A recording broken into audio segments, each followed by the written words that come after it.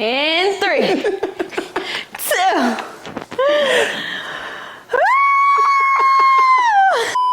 We are live. Very much live for the one time. When I say it's been a long time coming. No, we're here. Like, the thought of a podcast, it's always been like in the back of my mind. Yeah. But the fact that we are sitting here live in the flesh. Yes. And I think the craziest thing of all is like, it was just a decision, a conscious decision between you and I. Yeah. You know, it started off as a casual conversation. When I say it was casual, like we were joking. We were joking. And then we kept joking. We kept joking until we weren't joking no more. Until we're sitting right here. I'm so excited to be starting this podcast with you and where this is gonna go. Yes. So what are we getting into today? Let's get into life. Let's get into some real things. Let's get into how we met. But honestly though, like the way we met, it just fits us because we're gym baddies, right? Yeah. Like the gym is where you're gonna find us. Yes. And we met in the gym. Yes. Our love story started in the gym. Mm-hmm. We were partnered together. Y'all probably already know this from her vlogs, but we were partnered together.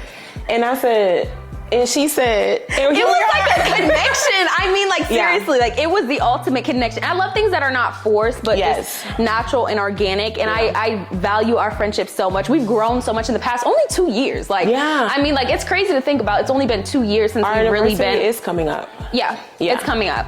So we're partnered up by our good sis, Tony. Yes. You know, she was our trainer at the time, love her to death. Yes. And I think it was like at that moment where I was actually in a season, I remember being in my living room praying to God for a friend, like genuinely praying to God. It was a very isolating season for me. Mm-hmm. It was definitely a little bit lonely, but just to see how God will prepare you to handle the blessing he puts in your life. That's what I learned because you're a blessing. Like I love you so much and you're such a genuine friend. So I don't think I was ready to handle our friendship until the moment that we God met. It's crazy because while you were in your prayer closet, I was definitely in mine. I had just, you know, the friendship breakups are really bad. Like we don't talk about that enough, but it's really tough. So I was just going through like losing some friends and it was like a reset moment for me. And I just was in my gym bag. And the one thing I remember about us being partnered up together is you didn't complain about nothing. Like we would just push each other automatically. Even before like we were friends, we were like, okay, you got this. Like it's just 2 more reps. And it was we have that in common. I like that. I need that. I think like after that point, it was just an organic growth of our friendship. And just to see where we are now, like you are the godmother to my child. You are my best friend, like my real good sis. My backbone. Backbone and spine. All in one. For having a backbone, you got to be your own backbone. Lord. Because if I wasn't, I would not be in that gym, baby. And I think for me, I was going through a season of, I'm tired of complaining. Like I'm tired of saying the same thing. Every New Year resolution was the same. And I decided this year I'm gonna do something about it. And I was heavy in the gym, getting my independence. Like, okay, I can commit to this. I can actually show up. Because baby, paying for a trainer don't mean nothing. Because you can definitely do not disturb the messages. I was actually showing up. I was coming and it was nice. Like it was fulfilling. The accountability. Exactly. And I think the person that I had to become to do that shows up in our friendship. The process. That's what I'm saying. So when I was talking about a little earlier, when I was like, I wouldn't have been able to handle our friendship unless I was able to have the character I had in that moment. Because we're raw. Yeah. We're real raw. So that's what I'm saying. So also, I will definitely testify with the whole gym thing. It's really not about the gym. We've already it literally has nothing to do with the gym. It's more about the discipline that I learned in that season. It's more about the capability I found within myself. Like I was like, hold on, wait, I actually can write a goal down and stick to it. And it gave me confidence. It gave me confidence. So before I was even able to meet you and have the friendship we have now, I had to have my back, like you said. It was me versus me. And sometimes we're looking for our savior in a person. When God's like, I need you. I need your character to be where it needs to be in order for you to even have the opportunities or be in the rooms with the people. I have a plan for that. Like, don't ever think God doesn't have a plan for that. He does, but you versus you before any of that. Exactly. And when we pray for things, it's like, yeah, you can pray for friends. You can pray for patience. Do you think God is going to give you that friend or the opportunity to make a friend? Is he going to just give you patience or the opportunity to get patience? And I think we were like at the perfect time, in the perfect place, individually. Yeah. And then when we came together, like it was just like a spark. It was just like, here we are. Here we are. When we talk about you versus you, that's a cliche statement, but I found a lot of truth in that when it just really comes down to discipline. Like in this journey of self-development, self-growth, healing, whatever it is you're trying to do to better yourself, the bottom line is you're not going to be able to get to where you want to get to without knowing that you're going to have days where you wake up and you're like, I don't want to do this. What do you do then? I don't, because motivation is going to run out and discipline will forever trump motivation. And as cliche as the you versus you thing is, as you were saying, I find confidence in that because it makes me feel like it's in my control. Like there's so many things that I can't control, I can't do, I can't affect, but this is me, this is my life. And taking ownership of that, yeah, it can be scary, but it depends on how you look at it. And for me, it just makes me feel confident. It makes me feel like I decide what happens to me. I decide how I look at this. I decide what I take from this pain or the suffering that I'm going through, you know? That mindset is power because I've definitely been in a state where I was in a victim mentality where I'm like, woe is me. Why did this happen to me? Why did God deal me these cards? But when I switched my mind to like, how am I going to play these cards? Because they're in my hands and I can't change them unless I'm like, okay, it's on me. Let's get it moving. Let's set these goals. It's on me. It's on me to do it. And you can ask why if you're asking it in the sense like, not even a why, like what am I supposed to learn from this? Like what am I supposed to get out of this moment? You can definitely, everyone can be a victim. So it's like, that's nothing. The elite know that it's taking a step back to uncover why am I going through this? And you're going through it anyway. So it's in your best interest to get something out of it. It's your best interest to get the silver lining and grow from it, you know? I was talking to my husband yesterday just about how there's some storms that you cannot pray your way out of, but you pray your way through. There's some things that God will literally put into your life where he's like, no, I'm pulling something out of you. I'm not going to stop this storm, but I will be with you in it. And that's kind of like where I was at many times in my life. No matter how much I prayed, no matter how much I was crying out to God, God was like, I have you though. I think about, you know, in Matthew when Jesus was on the ship with them. He was with them and there was a storm and there were waves. He was asleep in the back. And he was like, even if I'm asleep, I still got you. And y'all act like I'm not on this boat. Like that's the thing. We really forget that we gotta stand. When I say you just gotta hold on.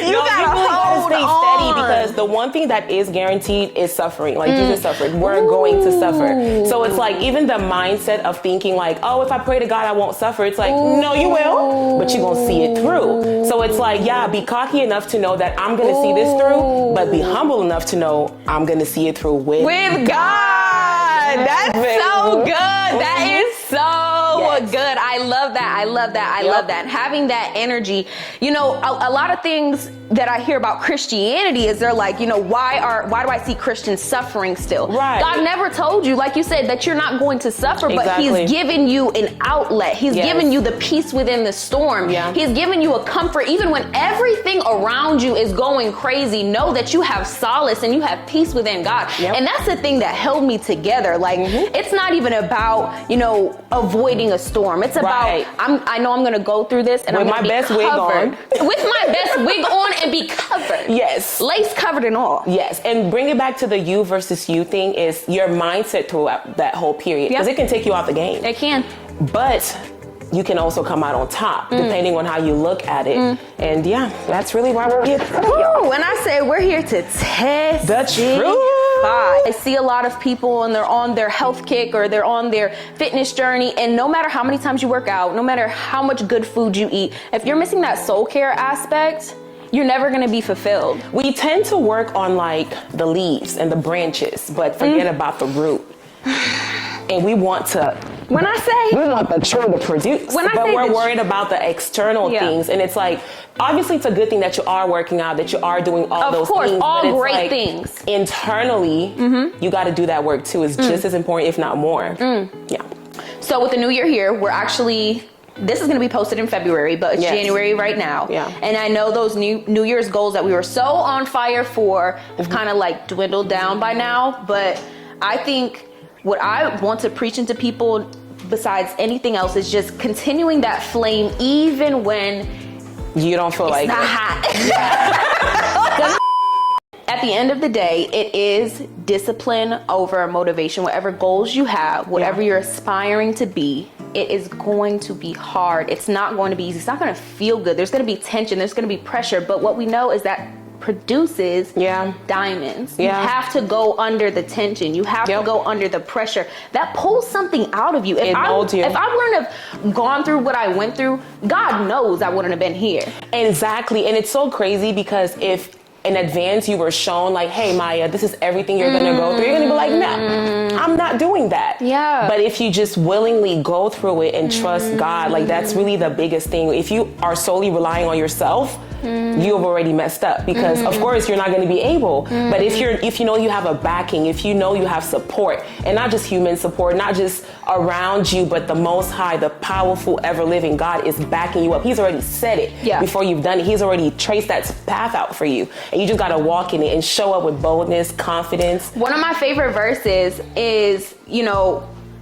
the joy of the Lord is my strength. And when I really break down that verse, the joy of the Lord. So God sees me going through a hard time, yet he still has joy because he knows what's on the other side of that. And that gives me strength. Yes. So the joy of the Lord, knowing that I'm going through this trial, I'm going through this heartache, but God sees me on the other side of that, and it makes him happy and it makes him joyful because he sees, daughter, I see you coming out of that, so it makes me joyful. He's ready. He's waiting for you like, come on, baby. That strengthens me. That gives me encouragement because he's never going to put me through something that I cannot get out of. And for nothing. It's always going to make sense. And it's okay that it doesn't make sense to you right now. In the moment. It never will. You owe it to yourself. Like, we're talking about you after all. You owe it to yourself to keep going. You owe it to yourself to put your best foot forward every single day. Show up with or without a smile, but show up. Because it's not always going to be with a smile. Okay. Sometimes it's a little shaky. And I think when you show up, even in the hardest times, even when you don't want to, it proves something to yourself that you are capable. Yes. You are more than capable. Exactly. And just be 1% better than the day before. Because I know sometimes we're like comparing to others and it gets a little... Comparison's a whole nother episode. No, yes ma'am. We're going to save that one in the books. But definitely you are your own competition. The yesterday you is who you're trying to be better than today. So don't worry about anybody else. Just stay on your path. Stay focused. Because I think when we are in like the you versus you mindset, or even I would say prior to being in that mindset, we're looking around, we're comparing, and we're getting discouraged because we're like, I want to start this journey, but I'll never be there. But you don't see the hard work, sweat, and tears somebody else put in to get to where they are. And I think especially, you know, with social media now highlighting everything good happening in somebody's life, it can be frustrating and discouraging because you're like, I'm never going to get there. But you have to realize they weren't there. They had to wake up day after day after day after day to get to where they are. And you can't compare your day 1 to someone's day 100. And you don't know that when you get to comparing. And that's how like the enemy will get you, because he loves those comparisons. He loves to like keep you small and right here. No, you are right. You can't do it. I mean, look at her. She's flawless. You're not. You're never gonna. You've already messed up all your failures. But we're just gonna leave that in the back. Speak those lies into you. So I rebuke. Think the biggest thing with this you versus you journey, staying focused on what God spoke over you, not all the outside noise, not what somebody else is doing. Staying focused on what God has for you.